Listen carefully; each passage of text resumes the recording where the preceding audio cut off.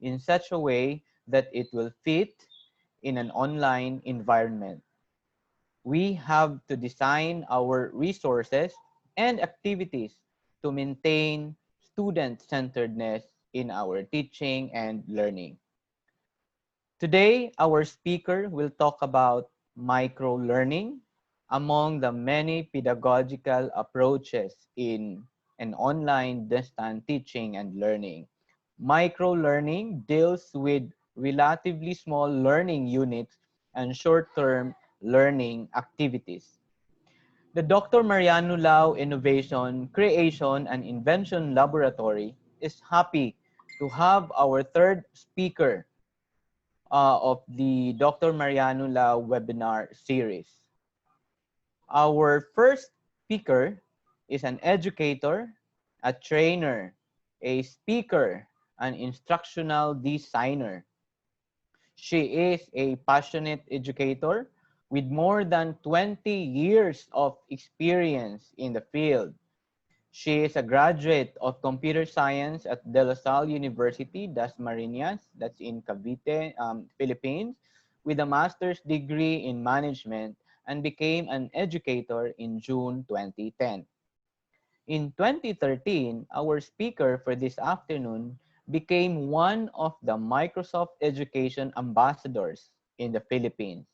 In 2014, she was selected as one of the Microsoft Innovative Educator Experts worldwide. And in 2015, our speaker was chosen as one of the only two educators to represent our country in the Microsoft Global Educator Forum in Seattle, Washington.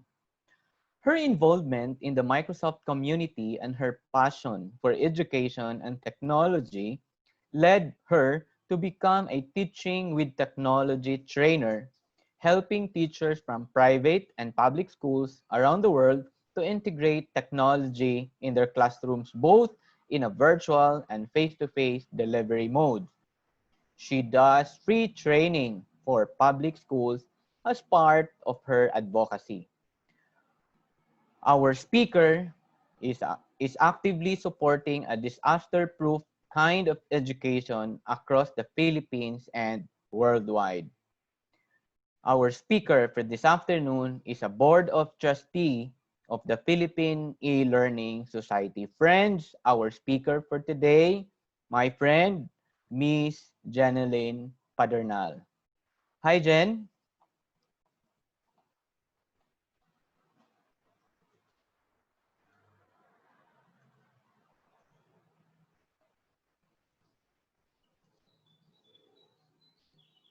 Hi, Jen. You're There, ayan na, meron ng sound. Hello, Dave. Thank you, thank you. Hello, everyone. Good afternoon, teachers. Good afternoon, Siliman. I miss being there. I was there in 2012. I think that was 2012. That's the first time I was in Siliman. Na-miss ko ang mga pagkain dyan sa Siliman. Hayahay. Na-miss ko ang pagkain. Maglakad dyan sa boulevard. Na-miss ko. Hopefully, when everything is normal na, we can go back. Dave sure. and I, kami ay magkaibigan po kami ni Sir Dave. Magkasama kami sa isang educational tour din way back in 2013. And I am very happy that you have invited me this afternoon to share a little bit something about microlearning. Kasi po, this is very timely. I have to say, I appreciate Siliman, Sir Dave, and all of those who are organizing webinar series like this for our teachers because this is what we really need. Lalo na ngayon. In this time, extraordinary time that we are experiencing, we know that one of the most affected sector is the education sector talaga. We woke up one day na hindi na pala tayo papasok sa eskwela. That we're not going to go to school anymore, that we have to do online learning, we have to do online teaching. And this is something that came into I would say a bit of a shock to some schools, to some teachers, or most schools, or most teachers, especially here in the Philippines. Medyo we were a little bit surprised, and then nagkaroon tayo ng kind of like, I don't know if you also experience this, but there are teachers who have also experienced anxiety, students as well, and they keep trying to find ways on how they can deliver their classes. So fast forward 2 months or 3 months after the lockdown, we're still in that stage that we have to do online teaching, we have to do online learning, and we are still trying to find different ways by which we can deliver our courses and classes online.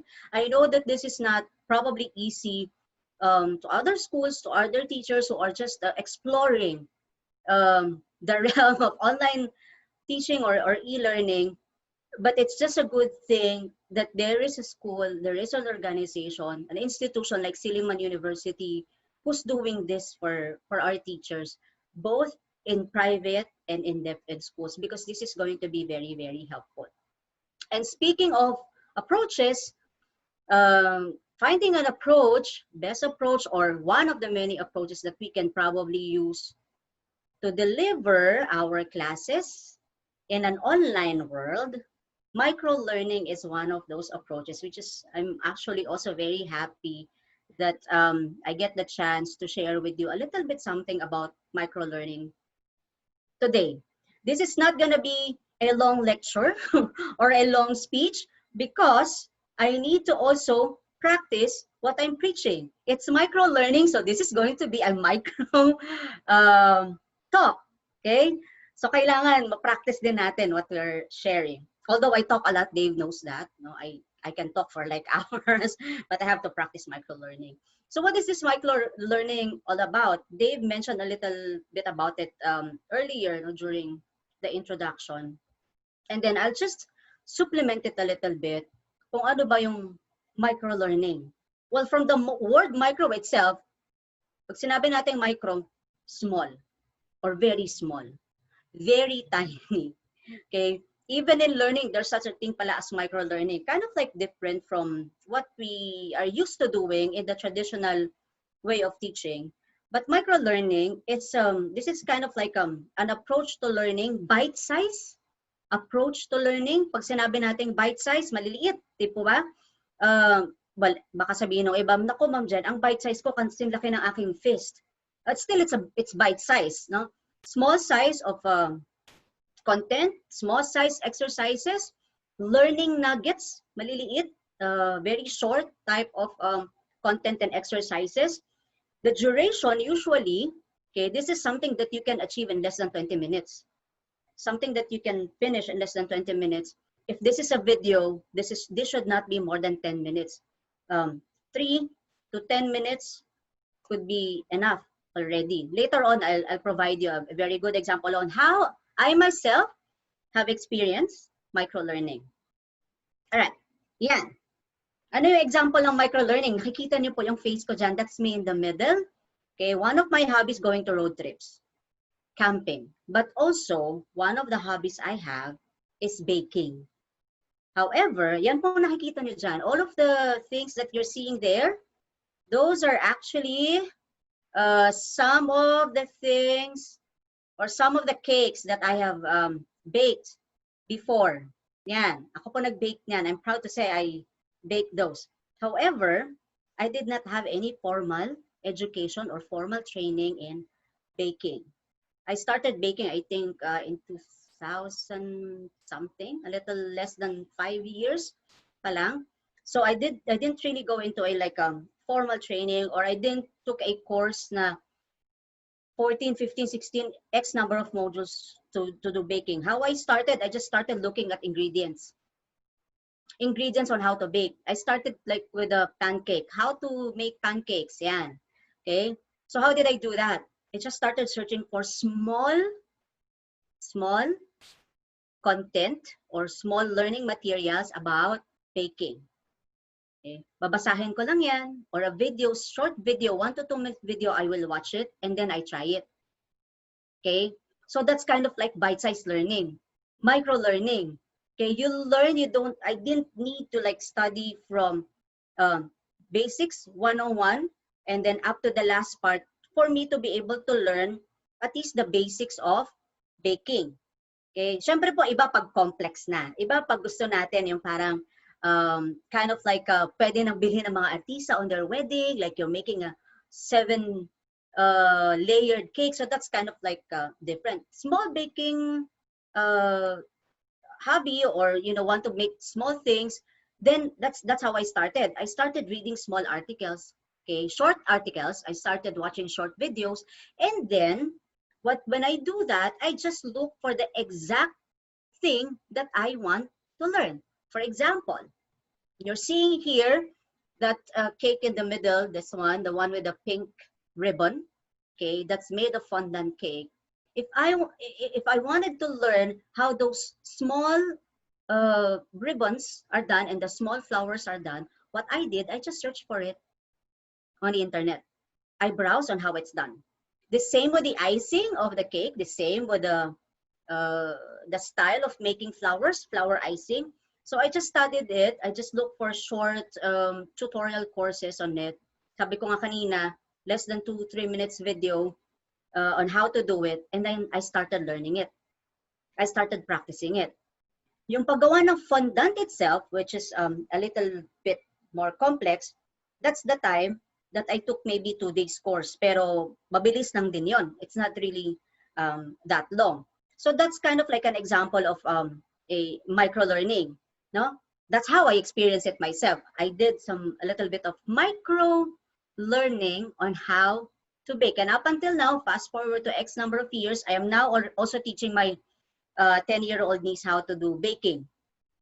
But instead na babasahin ko siya ng something that's kind of like long, because she doesn't want to also be reading long material. So tinuturuan ko siya unti-unti lang muna. First is paano ba yung pag-prepare ng mga materials? Very short of that, and then the next part, the next part, the next part. But it doesn't happen in one whole day. Every day, short lessons kami. We do that. So that's kind of an example. Another example probably that I can give you would be when we have a new gadget, what do we do ba? Ako kasi, what I do, when I have a new gadget, nyari cell phone. Of course, cell phones, any new gadgets, anything that we buy, it comes with a manual, right? So what do I do? And probably some of you are doing also the same thing. When we have this new gadget, when we have something new, instead of reading the manual, tinitingnan na lang natin kung anong meron dun sa cellphone, parang trial and error. And then, if we come across some challenges, that's the only time we look for the manual, but we're not even, or at least myself, I'm not even reading it from page 1 to the last page. What I will do is, I look at the table of contents, titingnan ko lang dun what I don't know, and I will just look at the topic in the table of contents on what exactly it is that I'm looking for and how to operate that gadget, and then I turn those pages and go to that page and read it. Anything, any gadget that I buy, something that I would do, because that's the way that I learn. That's the way that I understand things.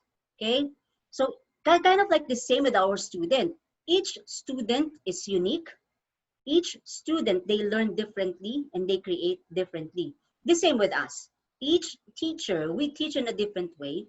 We learn in a different way, and we try to create different types of activity that will fit our students in different ways also. We don't, at least I hope that we don't get stuck to the same type of activities that we've done in the first year of our teaching up to X number of years na ngayon pa rin ang ginagawa natin. So we have different styles, parang kind of like the saying, different folks, different strokes. So that's how we do it. And that's also why I believe that a micro-learning approach is also good, because it can cater to the different ways that the students are learning and the different styles of teaching that's best suited for teachers. So different styles and different ways to learn. Now, I talked about long lectures, long classes, long modules, long training. Yan, ako, magagalit sa akin ng mga teachers. We're used to doing this. And this is one approach, okay? Having those long lectures. We're used to having 3 hours of classes. We're used to teaching long modules. We're used to attending long training. But not all. Okay, not everyone is made for that. There are learners and teachers like me. If I will put myself as a learner, ako po kasi, as a learner, I want something that's short and sweet. Mas madali ko pong naiintindihan. It's easier for me to understand when an explanation is not that long. It's kind of like you can actually show me instead of telling me how it's done. Very quickly, how are things done? It's not taking shortcuts. That's different from taking shortcuts. It's only that you are breaking down the long learning materials into smaller pieces. It's different. Again, it's different from taking shortcuts. Micro learning is actually not a kind of like a shortcut, but it's kind of like breaking down something that's long, dividing it into several parts so that it's easier to digest. Try to imagine a pizza. When you don't slice it, you cannot eat the entire pizza. Okay? Hindi natin yan makakain.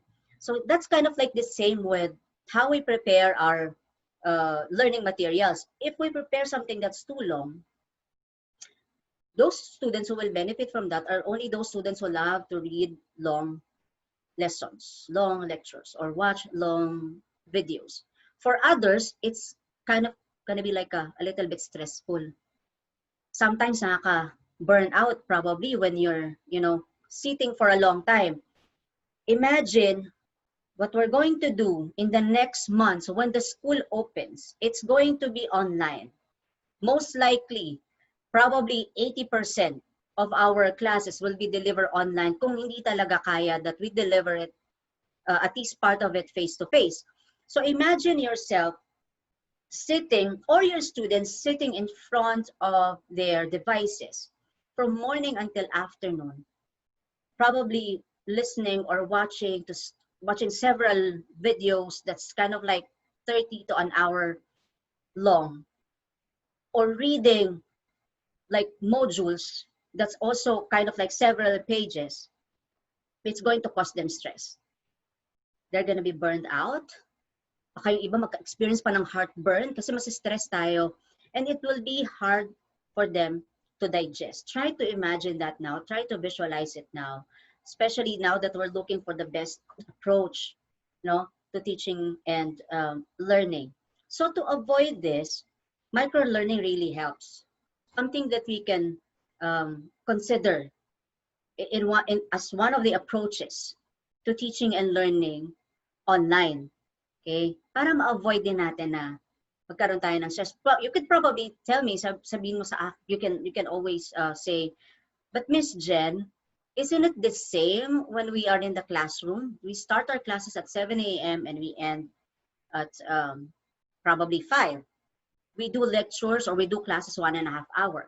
What's the difference? The difference is that you're in the classroom, you can move around. You can walk around inside the classroom while you're doing your lecture, and students can somehow, diba, stand up sila and they can do group activities. They can, interact face-to-face with their classmates. That's kind of different. When we're doing classes online, na wala tayong kasama, yung mga kasama natin is nasa virtual world, it's believe me, it's gonna cost us kind of like it's going to be very stressful, not only for the students but also for us teachers, right? Okay, so now these are some of the types of micro-learning content that you can use or you can explore. Okay, text, short phrases or paragraph, yung mga maliliit lang. Short, probably short text or short paragraph. Kasi you probably would tell me, oh, Miss Jen, text pala is okay. Or text, but you've written 100 pages of text naman for a course or a module. Hindi din po ganon. Let's make it kind of a little bit short. Okay, and then you can use also images and infographic. Imagine you have an infographic. I would suggest an infographic is also very effective. Imagine you have something that you need to explain, but you have to do it in pictures. How do you do that? Okay. Di ba sabi nga doon sa kanta, a picture paints 1,000 words? So imagine those images being put together to convey a message or to convey a topic or a concept that we want to tell our students. This is also something that I do in my class. When I have, when I finish a class, when I give my students assignments, sometimes my instruction is for them to answer the questions that I have given, they should be putting it into an infographic instead of typing it. Because I myself, hindi po ako, I'm not really used to like reading long text. I like it short and sweet, very concise, but substantial. May laman. Pwede naman yon. Kasi minsan naman may mga estudyante, they would, or there are submissions, no, there are assignments, they've written like several pages, but after you read the last page and the last sentence, you would end up saying, so what's your point? Kind of like that. Wala ding sense. So short, sweet, but very full of sense is better. So that's the same with when you use images, okay, or infographic when you're trying to explain things. Ako, I love diagrams eh. When I want to explain something, I usually use a diagram. And when I also want to learn something, it helps when I see it illustrated. Okay, so infographic, you can use that. Okay, make sure also that when you create an activity, that activity should be interactive. Even if it's a quiz naman can be interactive. It doesn't have to be plain text. There are a lot of digital tools, learning platforms now that supports quizzes that's interactive. Diba? Quizzes with images, quizzes with videos, quizzes with animation. Okay, that's even better. But then again, it has to be short, very short. All right, and then audio. You can record audio, kind of like narration. It's kind of like digital storytelling. Okay, very short audio, 2 to 3 minutes about a certain topic or a certain content that you want your students to learn. Okay, you can also do that, record an audio for that. And of course, video, okay, to make it even more engaging and interactive. There are a lot of apps now that you can use to create short video. Okay, to mention one, Flipgrid, probably you're familiar. Flipgrid, you can create like a 30-second, 90-second video, and you're able to convey the message na to the students, the concept. This is kind of like, imagine a TV commercial. How long is a TV commercial usually? That's only 30 seconds. Try to count how many seconds one TV commercial is. Very rare that there's a TV commercial that lasts for more than 30 seconds. For one, it's expensive. A 30-second TV commercial would probably cost around 100,000 or more. But imagine that TV commercial that's only 30 seconds and they are able to convey the message that they want. We are able to understand what they want. Sometimes without even mentioning the name of the product that they are endorsing. It's just there because it's media rich. There's graphics, there's text, there's video, there's audio. That's a combination, and it's only for 30 seconds, right? So imagine you being able to create something like that out of the long modules that you have. It's still gonna be the same. It's still gonna be the same content. If the content for the entire semester is kind of like 12 chapters, so those 12 chapters, those content, try to break it down into smaller content without losing the essence of the content itself. And that's possible. Diba minsan pinapagawa natin yung mga estudyante natin when we ask them to read the book and then we ask them to create a summary of the book. Summary, brief lang talaga, short. So that's also possible when we create our lecture content. Okay, so why microlearning? Okay, why microlearning? Let's explore further. Bakit? So, okay, merong text. It could be engaging, but really, why? For one, okay, these are some of the benefits of microlearning. It's fast to deliver. It's faster to deliver. Why? Because we have to write fewer things. When we write fewer things, that means it's only a very short course. You write a few things that's already a course, and then it's ready to be delivered. Okay, so with microlearning, you can start building a course with a lot of units in less than an hour, with a lot of probably content in less than an hour, kasi we're breaking it down into smaller pieces. Yung mga students naman natin these days, they have very short attention span. And most of them, they get it easily. Okay? Yesterday, I was watching my 10-year-old niece. She's trying to learn the piano. She inherited a 30, almost 30-year-old piano organ, keyboard from me that was bought by my dad when I was still probably in grade 6. So fast forwards, 3 decades ago, that piano still looks new. Mukha pa po siyang bago. Why? It's because I haven't really touched it. I didn't learn. But my niece yesterday, that's the first time she ever opened that piano. After 30 minutes, I looked at her and she was playing something like the music is Say Something, I think that's the title. And she's playing with it. And I was like, oh, wow, how did you learn that? That was fast, in less than 30 minutes. And then she showed me an app where she learned it.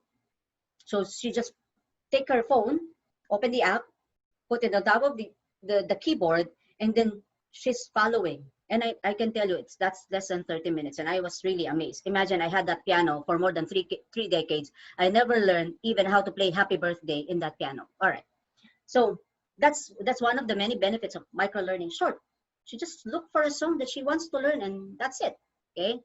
Aside from that, because they're very small courses, you can create, wide variety of catalog of content, different content. Imagine your entire lecture, and you create menu of those topics that you want the students to learn, and then they can choose to study this first, or even if it has to be in order, as long as it's very short. So hindi po mapapagod yung mga students natin. It will be even more engaging to them because they will be just like, if you're using a digital platform, it's kind of like they're just browsing a digital uh, page or a digital book. Okay. So again, another benefit of micro learning is that it's easy to digest, easy to absorb because it comes in bite sizes, small sizes of learning. Pag mahaba po masyado yung binabasa, the tendency is kind of like the same with the training. If the training is too long, most likely it's going by the end of your training, what your or teaching, what your students will experience the law of recency. Law of recency means the last thing that you say is what they will remember. Sa sobrang haba, they forgot already what have you been talking about from the beginning, and they just remember the last thing. But if we create bite-size content and lessons, it's even easier for them to remember. Again, I go back to the example of TV commercial. 30 seconds, but we remember it. If you remember a few years ago, 2-3 years ago, that infomercial of this fast food chain with a pakpak, di ba? That little bubuyog. So imagine that in one day, 10 million views, and we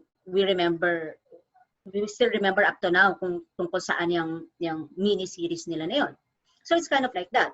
It also helps increase retention. Why? Because it's small size content, we can always go back and play it. If it's a video, we can always go back and play it back if we forget it.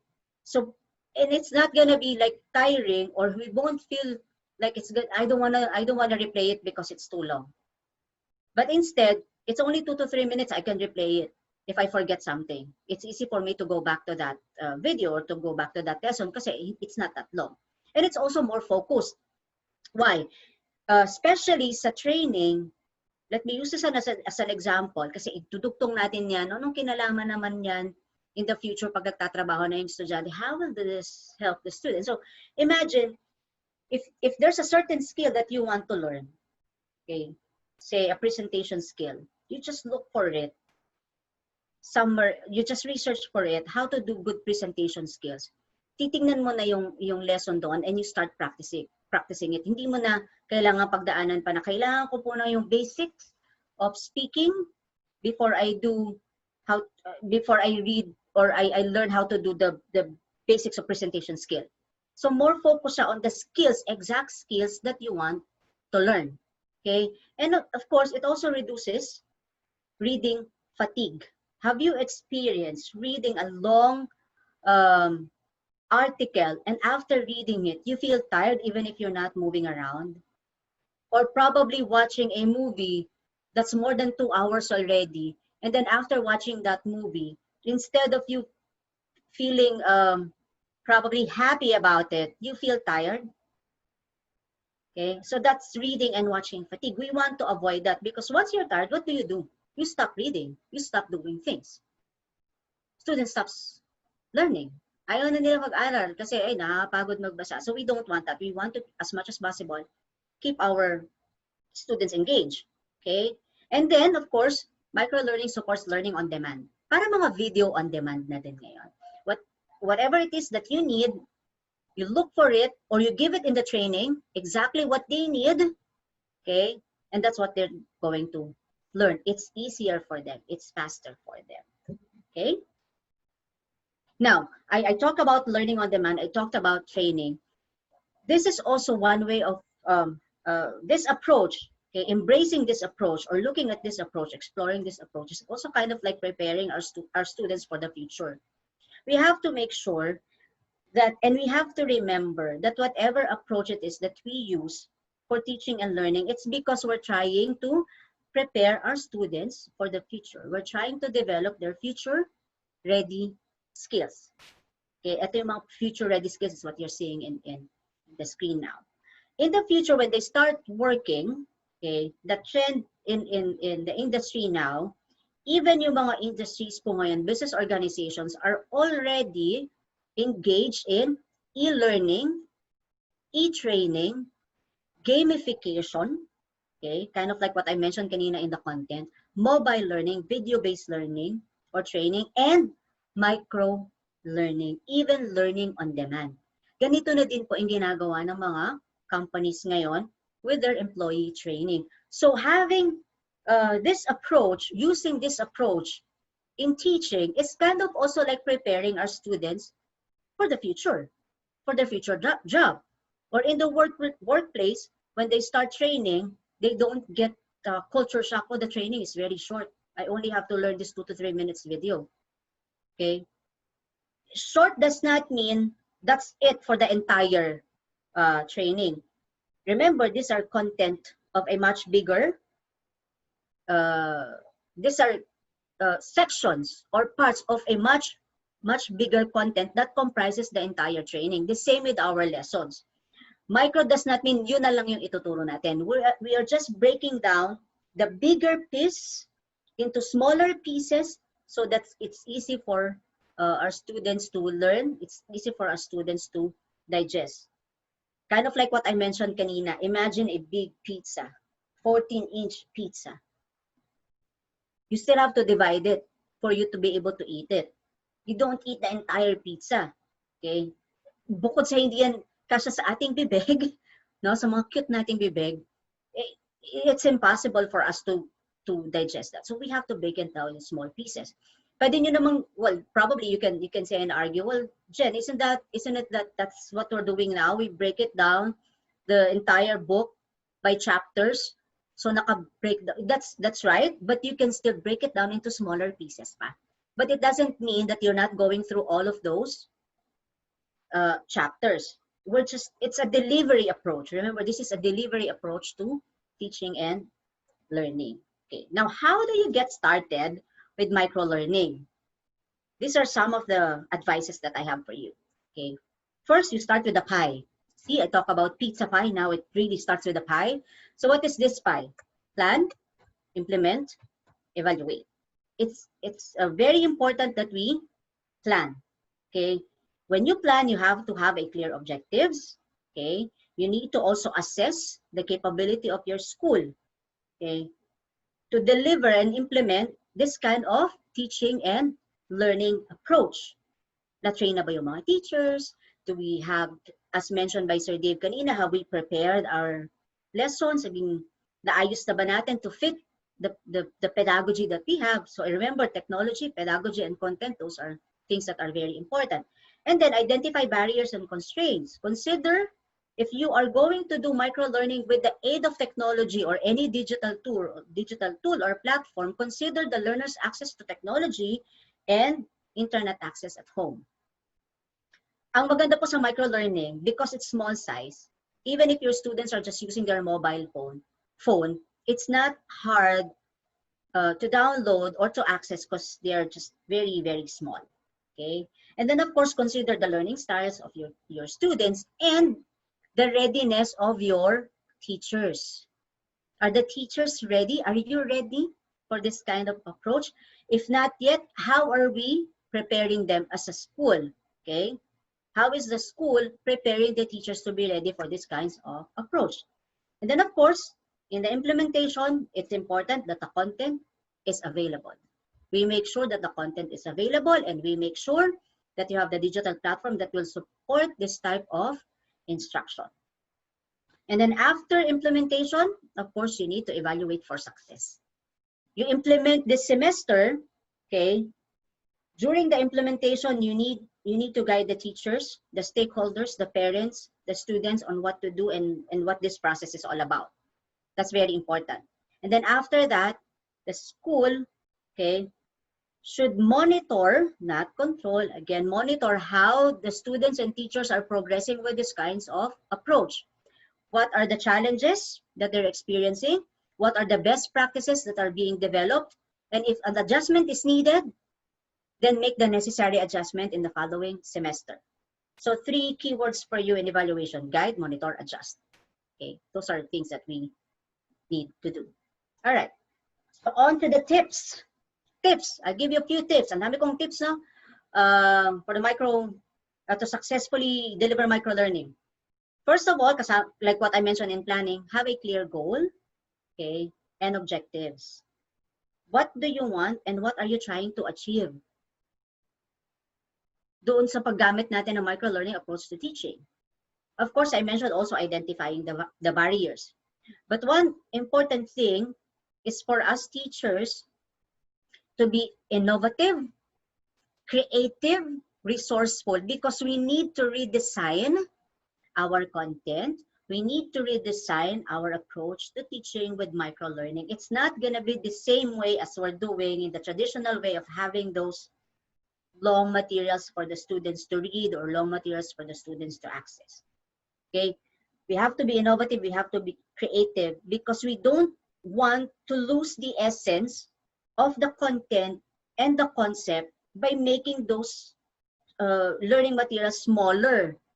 Okay, remember, again, I mentioned it's not a shortcut. Okay, it's not a shortcut.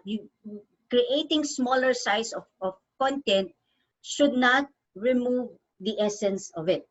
Okay, and then try to create your content. You create media-rich content, videos, infographics. Utilize gamification feature of your platform if you have. Okay, that will help boost engagement. And then, of course, with this kind of approach, you should still be able to assess and track students' progress. Create short, engaging, creative assessments that helps us track how our students are learning. And then make sure that the content is short, concise, but very clear. It should also be learner-centric. Okay. Another thing to consider, okay, one of the tips, consider accessibility. Consider accessibility. There are many ways by which we can deliver microlearning, because there are a lot of different apps and platforms by which we can do it that is going to make your content accessible to your students.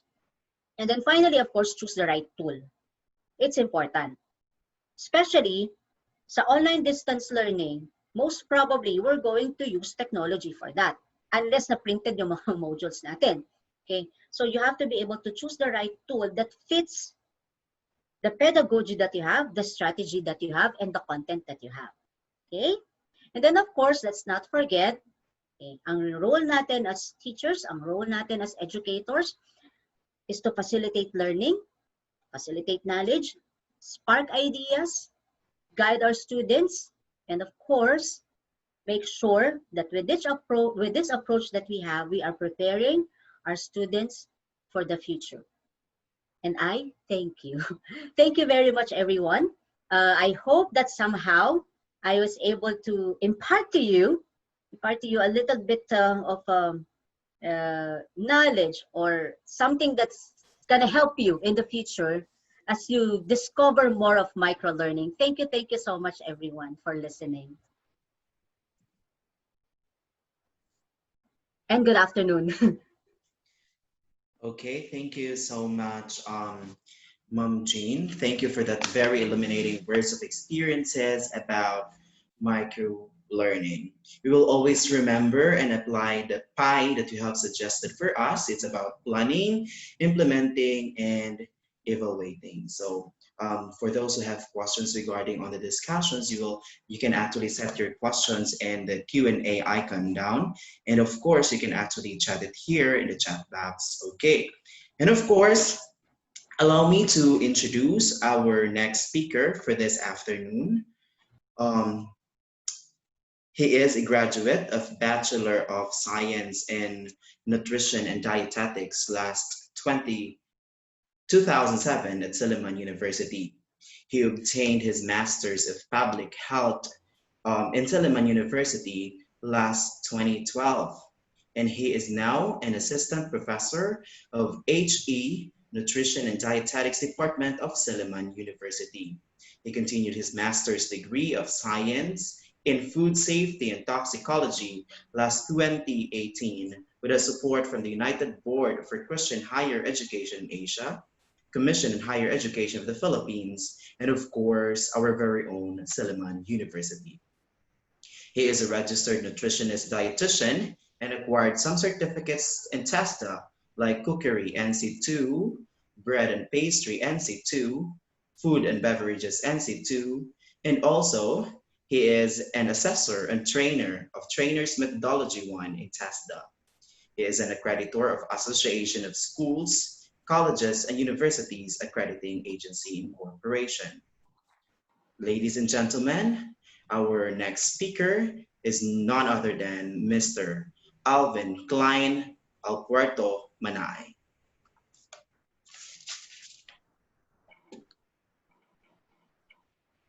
Good afternoon, everyone. I'm not sure. I'm sorry, I'm having a technical difficulty here.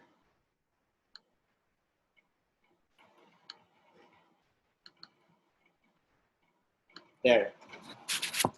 Thank you, Sir John. Thank you, everyone, for joining us this afternoon. Before I begin, though, allow me first to say a few things. My appreciation goes out to the Dr. Mariano Lau ICI Lab at Silliman University, headed by Dr. Dave Marshall and his team, for this opportunity to share my experience on online distance teaching and learning. Second, while I have been at the ND department teaching professional courses for the BSND program, I did not receive any formal training on teacher education, so I apologize in advance, especially to all those who are teachers. No, if I use the wrong didactic terminologies during my presentation. Third, my discussion will largely focus on the collective experience of the class who underwent an online distance learning in the summer of this year, beginning in April and culminating in May. This is for a professional course of the BSND program, but I may from time to time provide examples from courses delivered before the summer term of 2020. Now, if you look at the title of my presentation, these are some lessons learned, because I am a newbie to micro learning, also a newbie to online distance teaching and learning. So I think I have more of the things we did wrong to share than the things that I think we did right. So I guess brace for that. So to begin, the discussion this afternoon will focus on the following: background, to tell you about to contextualize the discussion, the background of the course that I handled. And then an overview of the brief evaluation. It was an informal evaluation after we did the the summer class, and then what we felt we did right. But I mentioned earlier, there were more things we felt we could have done better. No, so we will focus more on this. Um, and then as a last, to conclude the discussion would be a few takeaways. No, so the background. Um, Basic nutrition, or ND14, that's the course code here in our school, is a 5-unit professional course of the BSND curriculum. That's the Bachelor of Science in Nutrition and Dietetics curriculum. Normally, it is to be taken for during the second semester of the freshman year. Now, I think some would say that this is one of the courses, one of the more demanding courses of the curriculum of the program. Perhaps owing to its what they call this foundational nature, as the title suggests, basic nutrition. Um, the third is that for some non-STEM graduates of senior high school are required to take augmentation courses. This means that um, before they're able to proceed to the sophomore year, some of them may have to get basic nutrition in the summer of before the sophomore year. Now, basic nutrition is a 5-unit course that is composed of 3 hours lecture and 6 hours lab work. Now, if you take this in the summer, even in person or face-to-face learning, this is already challenging. Now, imagine taking the course delivered fully online for the first time, something that we have never done before. As you can probably imagine, a 9-hour, 9 contact hours per week course delivered in a relatively short period in the summer term, delivered fully online, would be even more challenging. So, not just I think to the learners, but also to the learning facilitators. The slide shows you the dashboard, the course dashboard of ND14 in our learning management system known as the Silliman Online University Learning. And this is how it looks like. I'm just showing you just to show what we used in that class. This is the that's the view. If you look at if you look at it in a laptop or desktop computer, but the LMS also comes in a mobile app. Now this allows the users to access the course using their gadgets, as smartphones or tablets, using an app that can be downloaded from the App Store or Google Play. Now, this is a sample from the syllabus, from our syllabus, which shows how each of the main topics were delivered and assessed from both lecture and laboratory components, given the short period of for preparations for an online class. If you remember, things went downhill really fast in March, and then came April, and some students were asking if we're going to allow or open basic nutrition in the summer, but we already agreed that we will. So we basically prepared for an online an ODL for basic nutrition in a matter of maybe 2 weeks. So Ma'am Jen earlier was talking about these are the things we should not do, allowing students to go online for longer, for 3 hours or longer. It's stressful. It creates fatigue. And I was listening to her, and I'm like, I'm one of those teachers in summer. And the reason why I'm saying this is, and by the way, when Dr. Dave Marshall asked me to share my experience in summer, I told him I'm probably not the right person to talk about this, sir, because I was very traditional in the sense that what we basically did, my focus then during our preparation for ODL summer was how to deliver everything that the syllabus dictates we should deliver and do it online. So I was like, in the normal semester, if we were doing this particular topic, and using face-to-face, so we basically do a lecture discussion as a methodology. How do we do it online? So that's basically video conferencing, synchronous. We basically did everything in synchronous, apart from some other tasks. Now, I was like, no, sir, I'm probably not the right person. But then he said, why don't you just share? Because in hindsight, I realized that there are things that we could have done. No, we could have done better, and it could have allowed our students to learn more. So anyway, I'm just sharing this to you to provide context. If you look at this, what did we do when we finished? What we did when we finished doing the turning the syllabus from the usual face-to-face or in-person teaching methodology and transferred it to online distance learning. This is what our calendar looked like. We basically met every day from Mondays to Saturdays, and with a minimum duration of 3 hours, even longer than 6 hours, up to 9 hours even, in a single day, which meant that our students had to absorb huge amounts of information in a single day. I realize I realize now that it's very, very wrong. Realizing also that there are two of us serving as learning facilitators. This was very, when at the end of the day, you'd be drained of energy completely. So this is the context.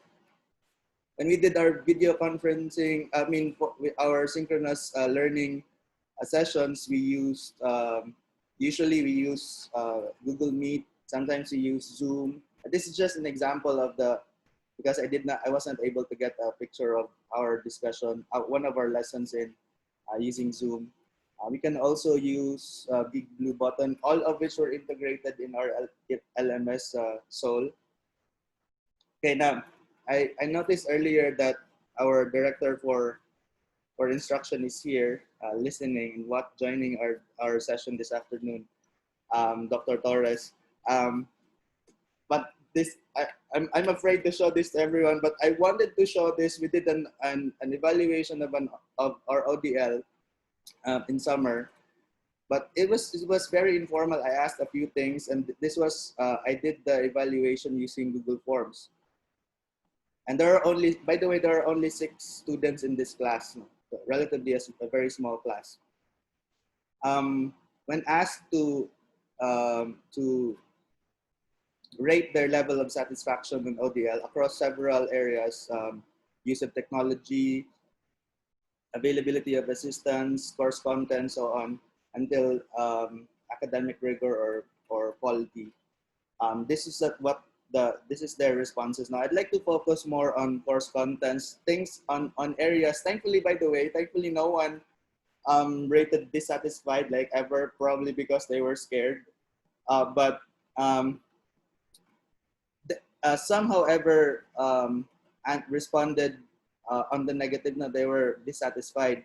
So these were on items for course contents, course info and schedules, interactions with both classmates and instructors, and academic rigor. Now, if you look at interactions, this is the area in the survey that they found for ODL that they found they're very dissatisfied, or many of them were dissatisfied.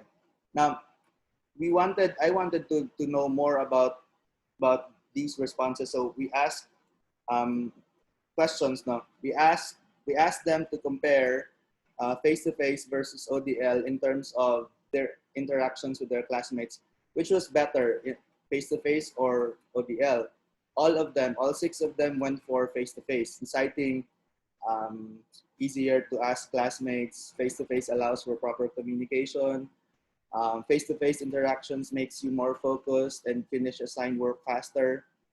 Interactions on ODL isn't the same. Generally, this was the general feeling of this particular student. And personal collaborative work, more advantageous. And then when asked to compare again between face-to-face learning and ODL, their interactions with their instructors, all 6 of them, 100%, went for face-to-face, citing connectivity as an issue. Communication also, face-to-face is, to this particular student, he or she felt is more personal.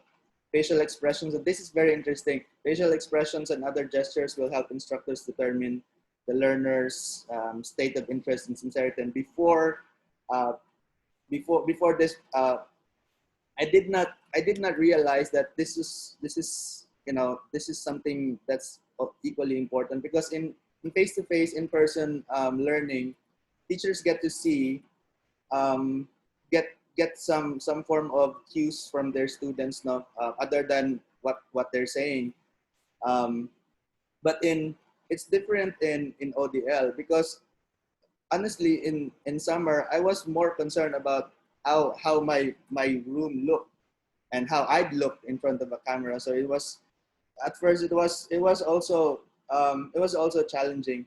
But anyway, my point is that this response is probably makes sense a lot now.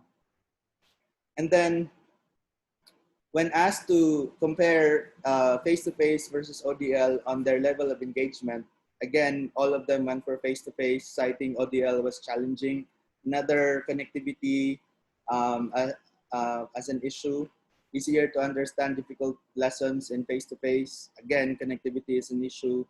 There's a, according to this one, according to one student, there's a level of disinterest with ODL, and citing it's hard to stay focused in front of a screen, and this is true. There's a high level of engagement in face-to-face, this particular student felt. Now on ease of completing coursework, majority this time it wasn't, I think it was five of them against out of the 6, but in favor of face-to-face, citing ODL taking too much of your time, exposing the students to longer, two devices longer. And this particular student said he or she was tempted to check social media than doing coursework, which is a distraction to him or her. It's easier when done face-to-face with others. Instructors' guidance in completing work more convenient in face-to-face. And some found to be, for both, not face-to-face and ODL, to be equal or the same. Now, similar to how we evaluate our students here in Silliman, I asked what they like best in ODL, and these are some of the responses. The whole thing was the best. By the way, before I continue, I asked permission from all of them if I can share their responses to it in this particular webinar. The whole thing was the best, is one student was quoted in saying, "I like how the course has been delivered. PowerPoint presentations are organized. I like that despite the struggle, the whole class is very cooperative." This is something also that we felt, me and my co-mentor felt, coming from our students. Instructors gave their best, and we really did, because we felt this was the first ODL meetings. I retained information easier. Advantage of organized and readily available learning materials, easy access of data. So these are some of the things they said and asked about what they like best in ODL. But when they were asked what they like least in ODL, the long hours, they lose focus, and it's stressful, short period to finish case studies. But I think we gave them 3 days, which is basically the same number of days we give our students in in-person modalities. So unstable connection, and this was, I mean, I feel for this student, and it was a nightmare for many of us when we started out. We had to look for other ways to cope. Again, unstable internet connection, and this particular student said the lack of resources, I think, is citing gadgets, laptop or other resources. Pacing of the lessons, I wish there had been more time for elaboration. Again, this is because of the short duration of the summer term. We are sometimes hesitant to interact with our instructors. I think even in face-to-face modality, some of our students are just shy. Now, this is from a collective work from the instructors, from myself, and from the other facilitator. The learners' independent learning more pronounced in ODL. Creativity is more manifested also. Professional development for instructors is key. Now, it's very important. Guidance and support from the administration is also critical, and I'm happy with how the administration was able to. And of course, now if you look at how our SOUL team have been working the past few months to deliver.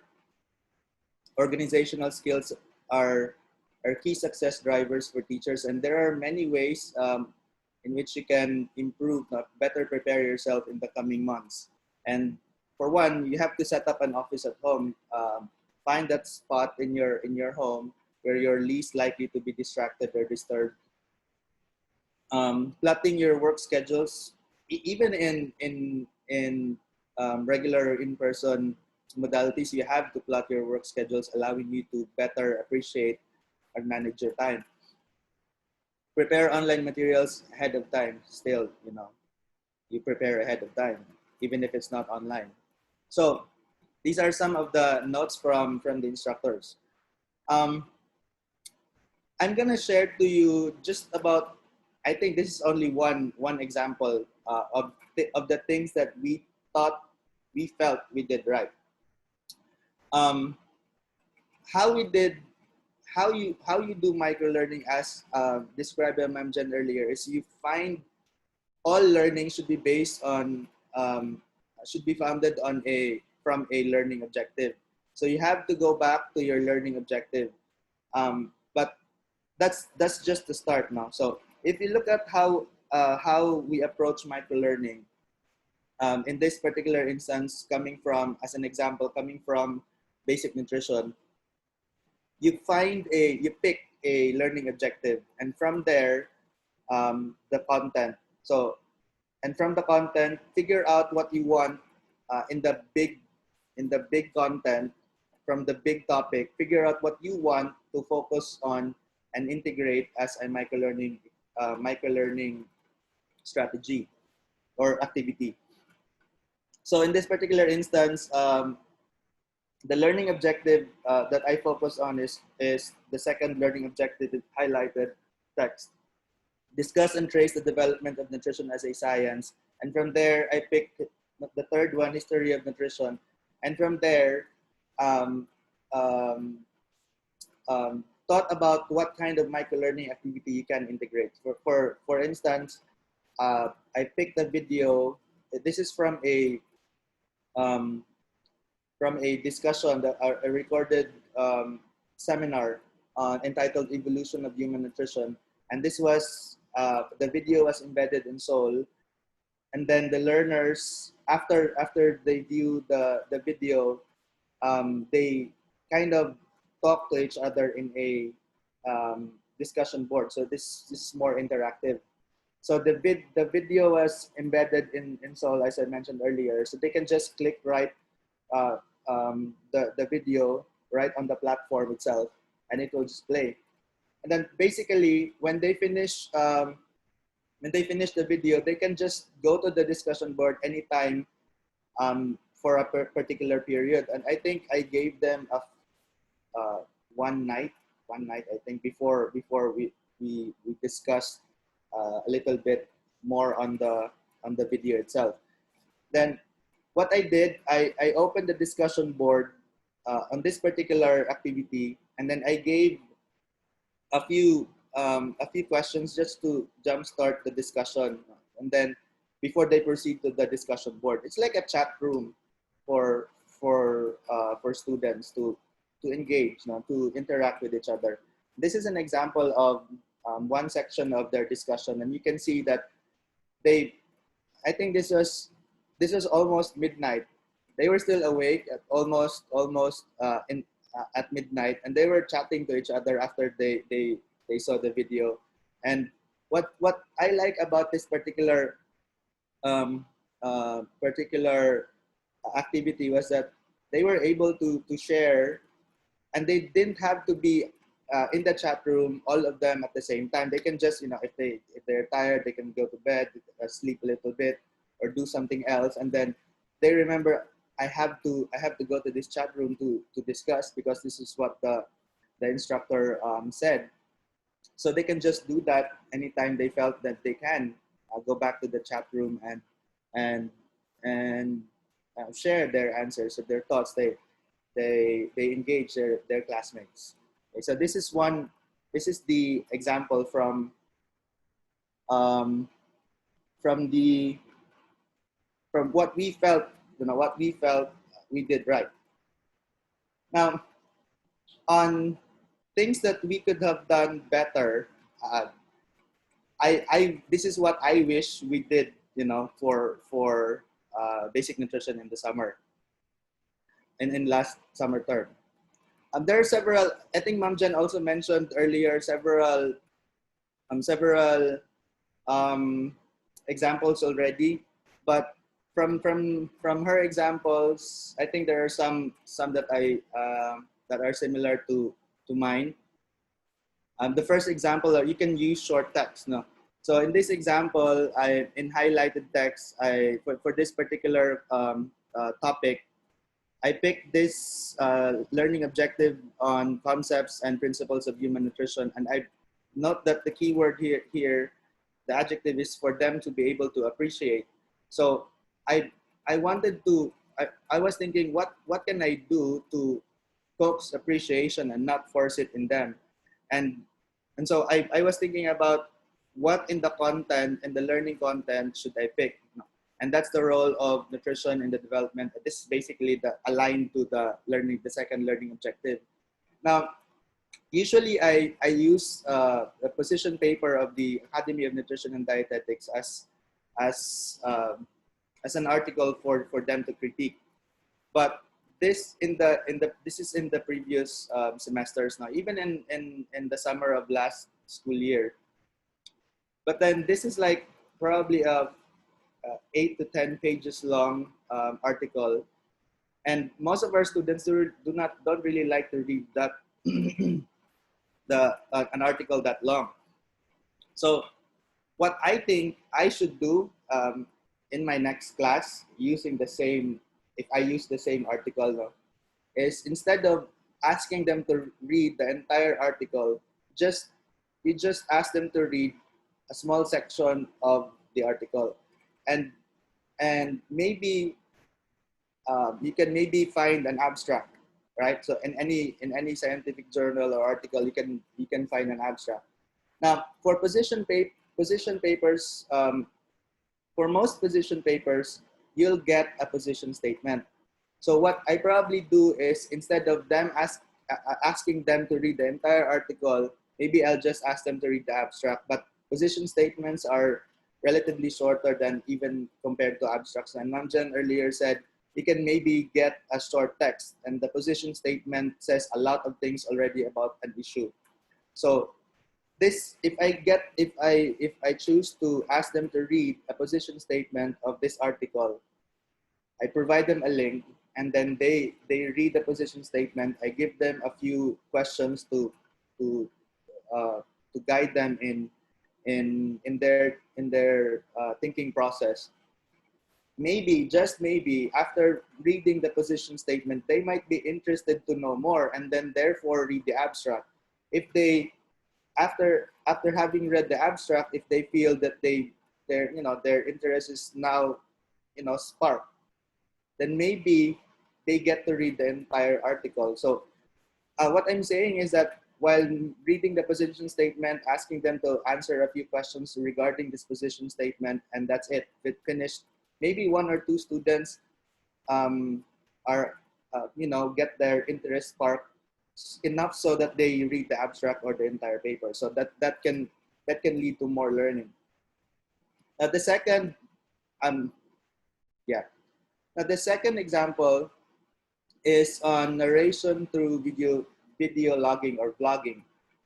This is not blogging that you require from students. This is basically you, the teacher, doing the blog. So As a second example, I chose the second learning objective: identify and explain the uses and functions of the tools of in nutrition. And then I highlighted number 5, nutrient labels, and we use this learning objective and this particular content, and then think about what we can do as a micro learning strategy. So I call this strategy bag of chips. So maybe in one of your visits to the grocery store, with your smartphone on hand, you go to one of the shelves there while doing a video of yourself picking up a bag of chips and then talking about the labels or the nutrition facts. Maybe do a 3 to 5 minutes of, of video, and then before you upload this to your LMS or to any platform, you can probably add um, other funny sounds. I don't know how you have to be creative in this. And then maybe after you can ask the students to talk about, to basically do the same. They can do their own blogs, or they can go to the grocery store or to the kitchen, grab a bag of chips, and then or whatever, and then um, talk about the nutrition labels, and compare it against their individual nutrient and energy requirements. So this is just an example now. Okay, so uh, you can. I mentioned earlier. I mentioned earlier you have to choose a platform where you can upload and where students can download or view your videos. And this is from, I think from this is from the same class, Basic Nutrition, in summer, and this is where they submit their videos. This is, I think I'm playing one of, although this is just to show you how it works. Okay, this is one of our students doing her cooking vlog. Right, now to the third, sample 3, a single picture story. So if you can imagine just one story, one picture that says one story. And in this example is identifying and relate. This is the second learning objective. Nutrients according to concentration and so on and so forth. And then I chose content number 7, effects of excessive and deficient intakes. And then from number 7, I'm choosing only one very brief or small section of this content, but very important on glycemic index. So maybe post a picture as one story picture like this one. This is a graph showing the dose response curve of of um, carbohydrates, and how they affect your blood sugar, blood glucose. So maybe when after having posted this online, you can ask them to. There's already a brief description of the picture, so you can just maybe share this in your group chat or your Facebook page, or in any of your platforms that you're using as an LMS. Maybe from there you can ask them to in the discussion board, provide your answers there, so they can start sharing as well. Now, the next one, if you look at the previous example, this is a single picture story. You can in fact do multiple picture stories, and in this particular example, energy metabolism as a learning objective it's a scary thing for many students. I know I've been scared when I was scared when I was in college about energy metabolism. This is a lot to learn, and then it was daunting, and um, it was very difficult to remember. So if you think about how the student, how your learners can remember, and you remember, micro learning means you have to, as Ma'am Jen mentioned earlier, these are small pieces of the bigger cake, no? Or pizza. I think it was a pizza. So if number 5, if topic number 5 under energy balance, on effects of energy imbalance, the metabolic pathways there is very important for them to understand how the body, how our bodies actually source out energy from our macronutrients. So we, I know all of us know that energy yielding nutrients are carbohydrates, proteins, and fats. But in the basal metabolic pathways, this is quite scary for especially for our freshman students. Huh? So if how would you do it for as a micro learning strategy, multiple picture story, instead of showing one story, one picture, you provide them several small pictures that it's like a puzzle. At the end of a period, they get to see the entire picture. So as an example, maybe you begin with the story of how of carbohydrate metabolic pathway. So can probably show this picture first on day one, and then maybe ask them to talk about this picture. Then maybe at the end of the day, talk about how carbohydrates are after the entire metabolic process um, becomes energy, water, and carbon dioxide. And maybe that's that for the particular term. I mean, for particular period. Then the next day, you give out another picture, this time about amino acids and how the metabolic pathways of amino acids. Then on the third day or the last day, you provide them the last picture on fats or triglycerides and the story of how triglycerides go through the metabolic process. So at the end of the whole period, the collective period of 3 days, they get to see, okay, this is how our bodies um, convert food to energy from your macronutrients on the bigger picture. But they know exactly how each of the three macronutrients go through the metabolic process. So this is an example of a multi-picture story. Now, a few takeaways. This is things that we learned as I learned personally as advantages of integrating microlearning into your class. And if you remember earlier, I showed you the results of the informal evaluation we did.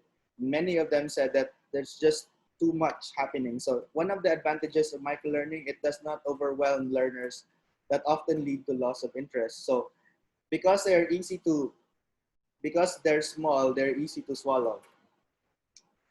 Bite-sized information allows them, again, as a result of swallowing very little information, it's better for them to understand. And overall increases retention of information. This was highlighted in a study.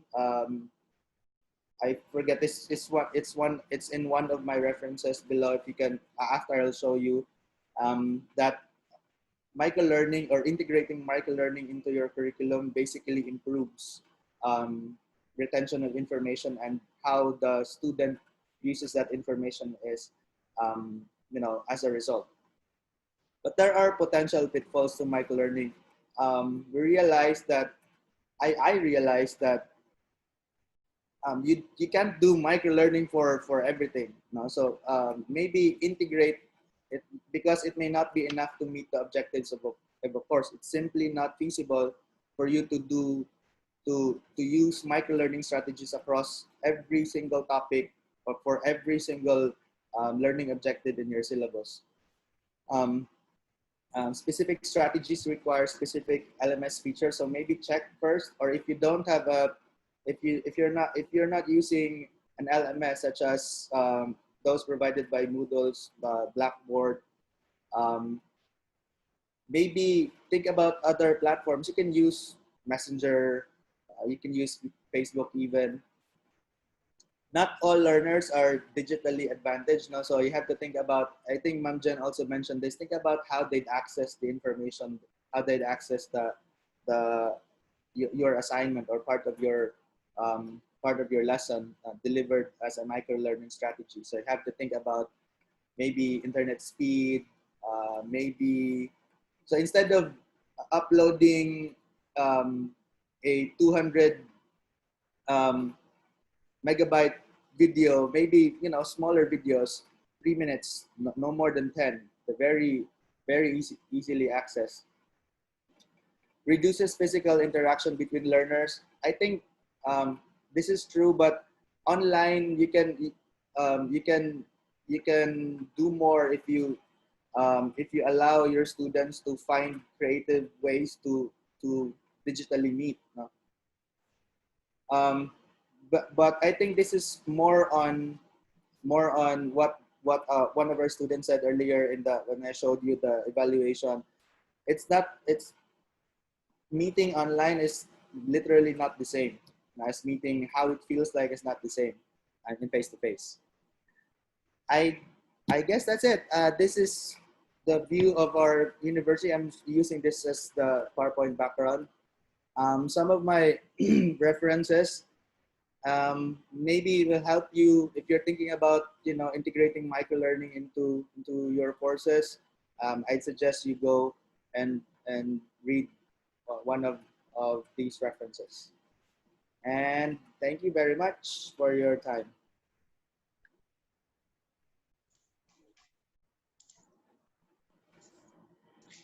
Okay, thank you so much, Sir Alvin. Now, pricking up your ears today, indeed, it was very informative and edifying. This will really help us a lot in applying to an online distance learning. A penny of your thoughts is helpful to the upcoming online class. With that, you deserve to be congratulated. And now, after listening to both speakers, let us now proceed with our open forum. This time, our speakers are very willing to answer our different type of questions regarding the topic. So you can forward your questions to us via comment section in Facebook, chat, and in Q&A icon in Zoom. So I will just check if there are questions here.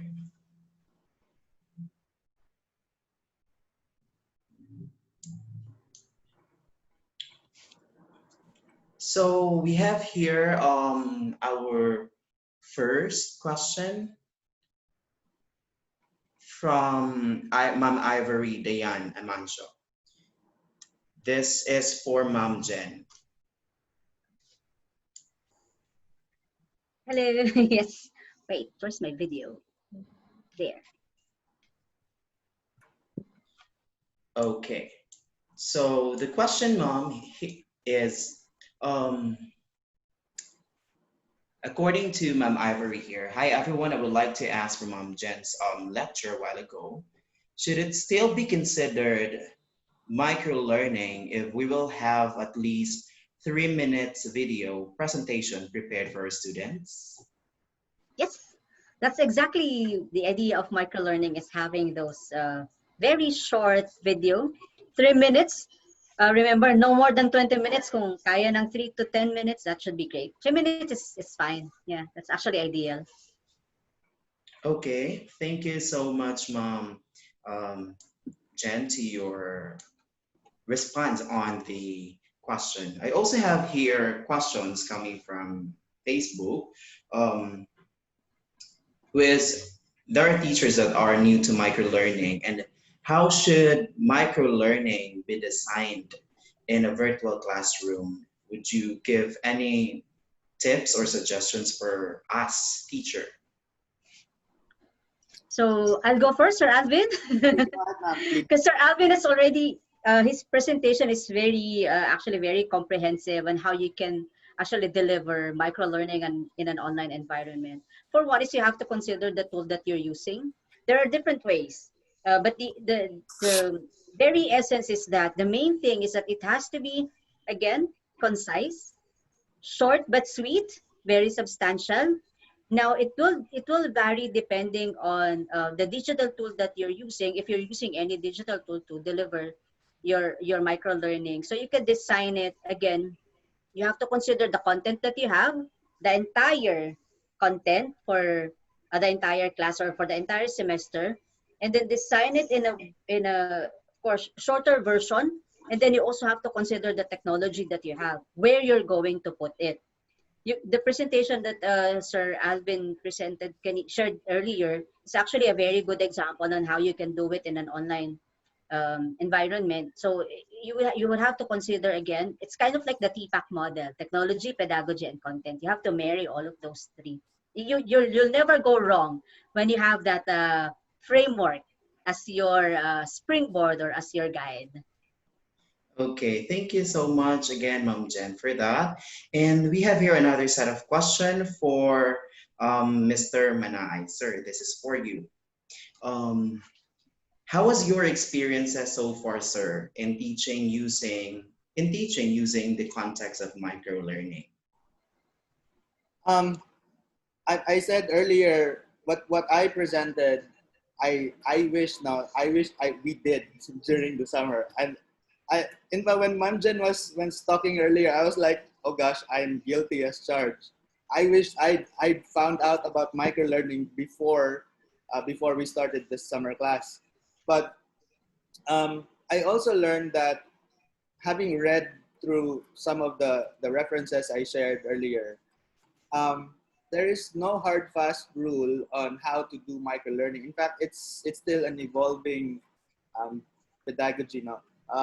It's basically, in context, many it's not used that much in higher education institutions. More used by mostly used by in the business sector. But there's no stopping us in the academe using very effective strategies such as microlearning. So, as I've said, I wish I learned about microlearning before we started the summer class. Okay, so thank you for sharing your experiences regarding on micro learning, Sir Alvin. Now we have here another question in our Q&A. I can hear.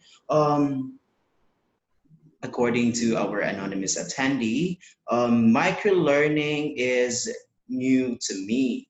How can I apply this type of learning since some of our students living in far-flung area and they have no internet connection? So anyone can answer with this particular question. Sir Alvin, you want to go Yeah, first or me? yes, ma'am.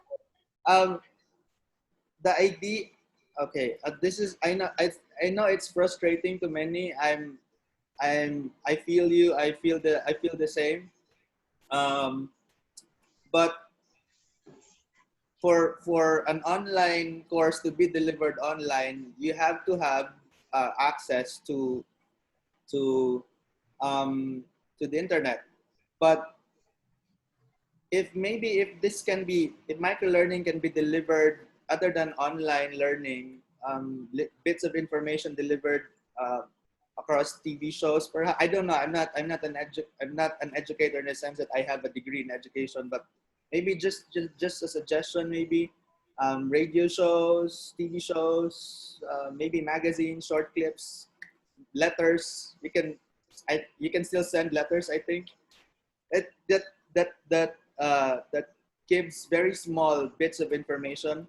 That's, I think, still micro learning. I don't know, Ma'am Jen, if I'm correct though. Yeah, I agree with you, sir. Actually, micro learning is applicable to all naman. It's just that really, like what I mentioned earlier, we have to consider accessibility if we choose to deliver micro learning using digital tool that is powered by the internet. But again, there are a lot of digital tools now, which makes content accessible to learners even if they're offline.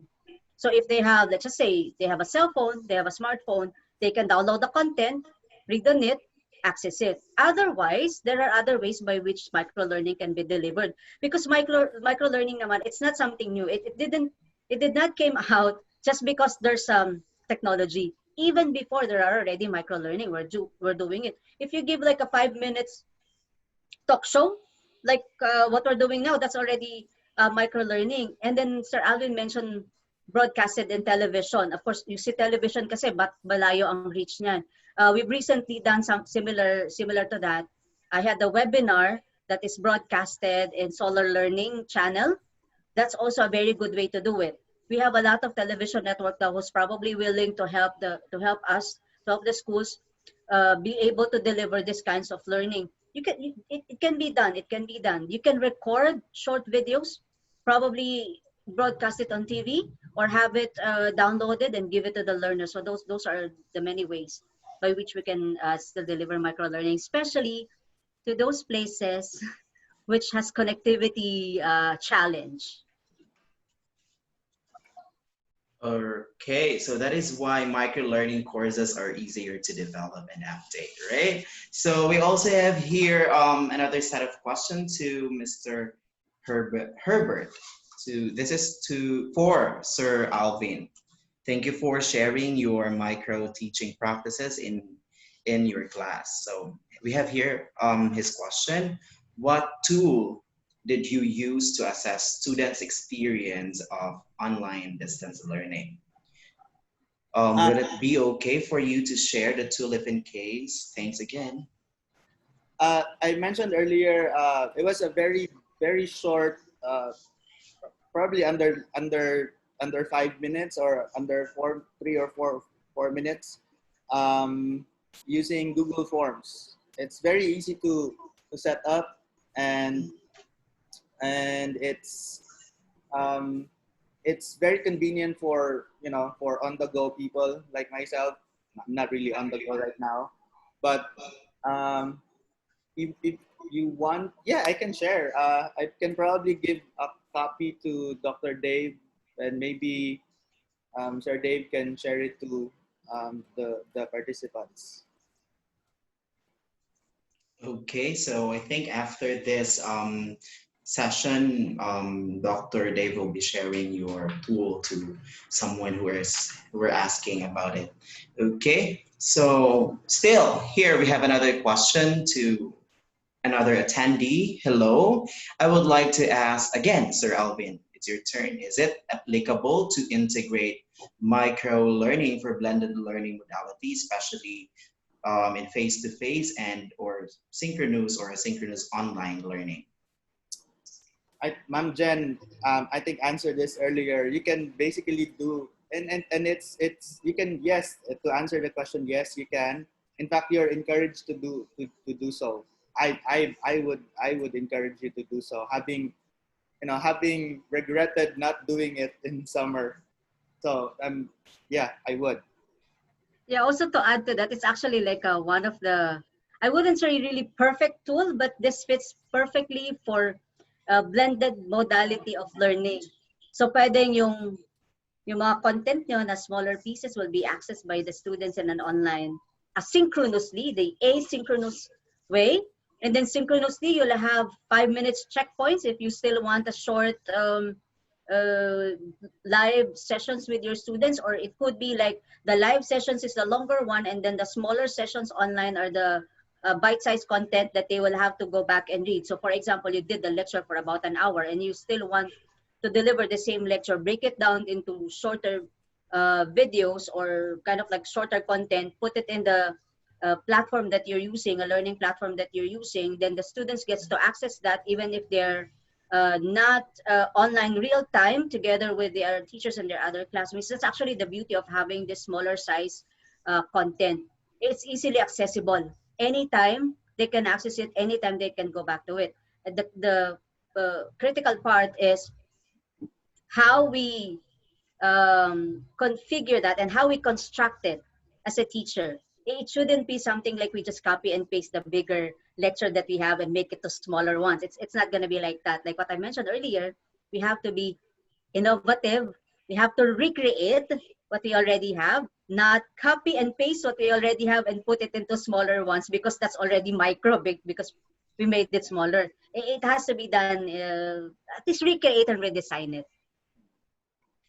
Okay, so thank you for both of you for giving your idea about it. Okay, so we have here again a question: is a micro learning applicable both online and offline, which you have discussed a while ago, ma'am? So allow yourself to tell again back for this question. I think Ma'am Sorry, Jen sir? maybe Yeah. answered this earlier. Yes. Which one is that again, sir? Sorry. Is micro learning applicable Yeah. to both online and Yes, offline? that's actually the blended type. So you have the online and you have the offline uh, ways of delivering your course. So microlearning is definitely applicable to both. What you will have to choose is which one will be the online version and which one will be the offline version. So whichever you think is applicable to that and accessible to the learners would have to be, that's something that you have to decide on, and that's something that you have to plan about. Kailangan ipinaplan po natin. And remember yung pie. You need to plan. Maganda nga yung pinakita ni Sir kanina because he has a breakdown on how it's done. It's kind of like your lesson plan where you have the topic that you need to discuss and the technology enabler that you can use to deliver that course. Okay, so thanks for that, Ma'am Jen. We have here another question for you. Do we have a specific duration of a video or a slideshow for it to be considered as a micro teaching strategy? Is a Yes. yes, Yes. So it's kind of like exactly the pecha kucha. yeah. 20 slides, 20 seconds. Better, di ba? For a video, as mentioned in the presentation earlier, 3 minutes to 10 minutes would be ideal.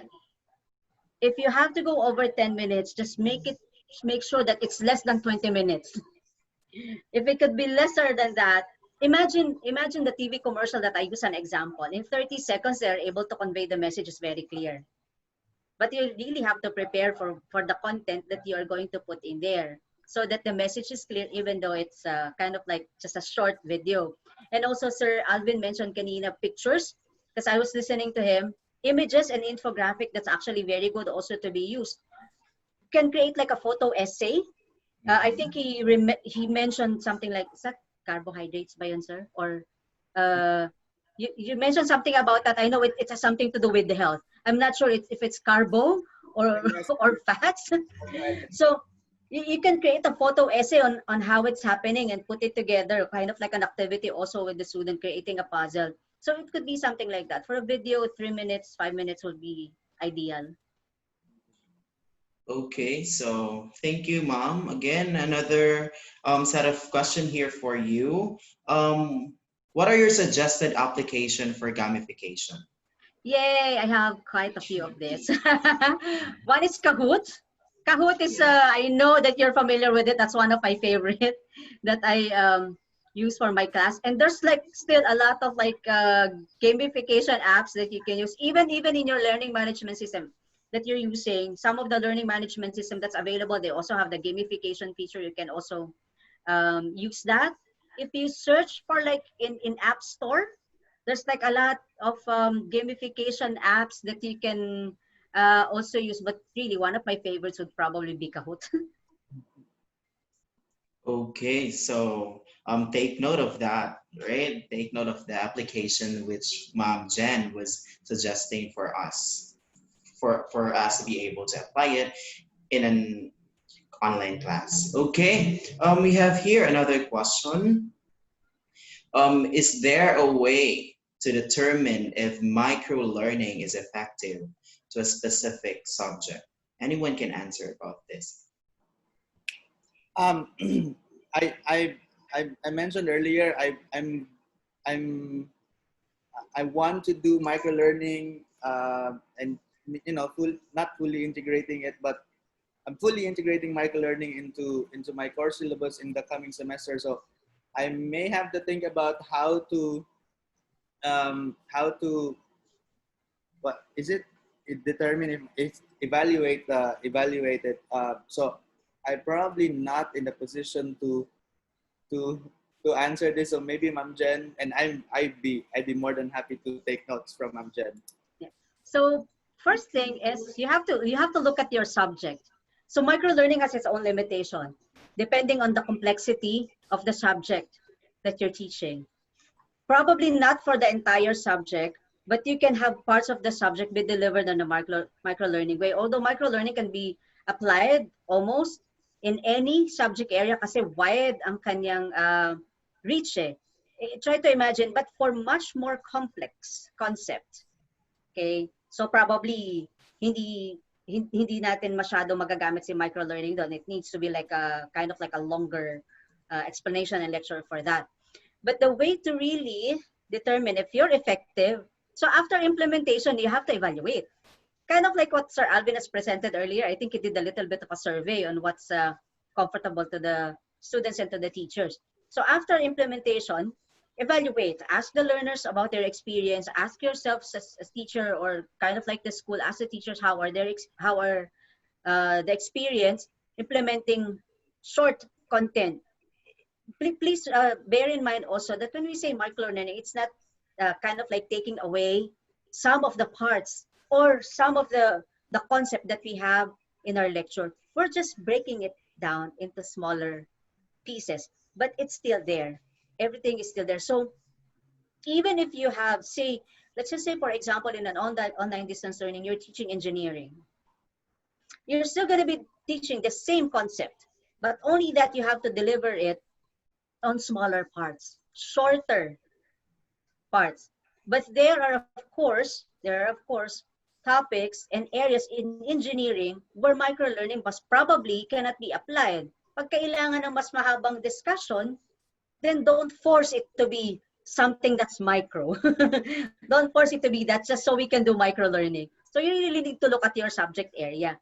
O kung sa medicine yan, hindi naman siguro baka bitin yung pagtuturo pag isang hiwa pa lang sa surgery. Di ka pa nakalahati nung hiwa mo, ay microlearning, bigsian ko na lang to. It's probably not going to work that way. So you evaluate, you look at your subject para malaman natin yung applicability niya and effectiveness niya to. Okay, so I think that is how micro learning is being distributed, right, Mom?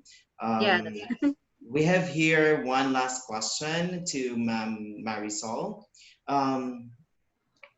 May I ask if I could inject animations and comics type of presentation into my micro-learning presentation? If so, can you enlighten us with some applications available online? Thank you so much. comic strips, that's actually very good. Illustration, as mentioned, images, graphics, that's going to be very useful. It's kind of like digital storytelling. Meron po mga comic strips apps that you can use. Okay, just search for a comic strips maker app. You can use that. Even Microsoft PowerPoint, you can create comic strips there. I've seen a lot of teachers use Microsoft PowerPoint kasi di ba may mga bubble text din doon, yung parang sa comics really, I'm not sure kung gaano kalyang yung ating mga audience ngayon, kung naabutan nila yung comics dati. Fan ako ng funny comics. So meron din tayong mga ganyang symbols in PowerPoint that you can use. So you can even use PowerPoint to create it, or if you want comics creator apps, you can also use that. But that would be very effective for microlearning. I promise you, your students are gonna love that. Okay, so thank you so much, Mom. Again, I would like to acknowledge the attendees who are asking questions. Thank you so much, Sir Clint, Sir Rosmar, Ma'am Irish, Sir Herbert, and Ma'am Ivory for asking questions regarding microlearning. If you don't have any more questions, then that means it was indeed a very fruitful discussion to every one of us this afternoon. So at this moment, we prepared here a certificate of recognition to our speakers.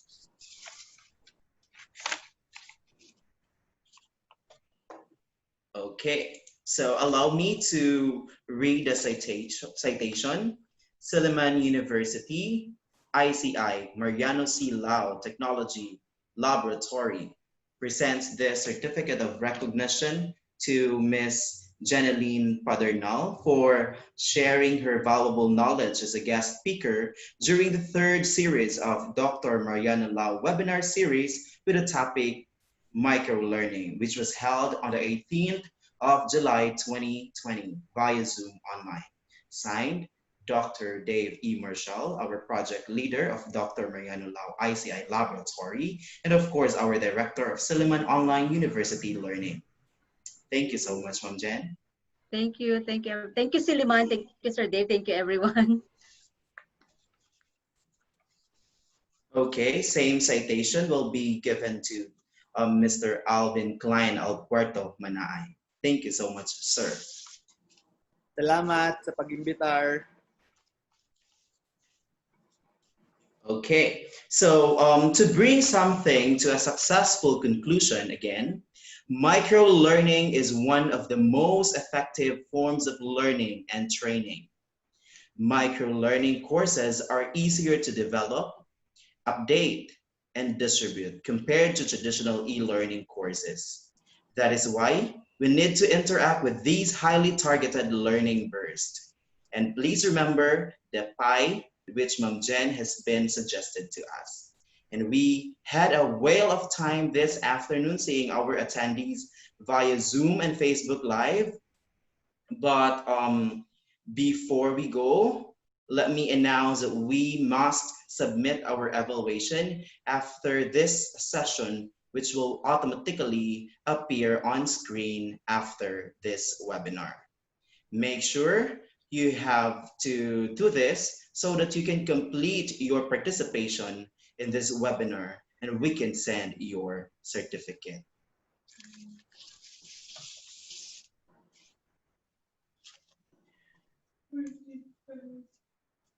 Okay. So, if you have another time to witness a various topic for us to prepare ourselves on online distance learning, again, I'll invite everyone next Saturday. We will ascertain you another topic from two experienced professors about intellectual property and data privacy in online education, which will be in your screen. So, we hope to see you again on that day. Again, this has been your moderator, John Saint Lado Balama. Thank you and good afternoon.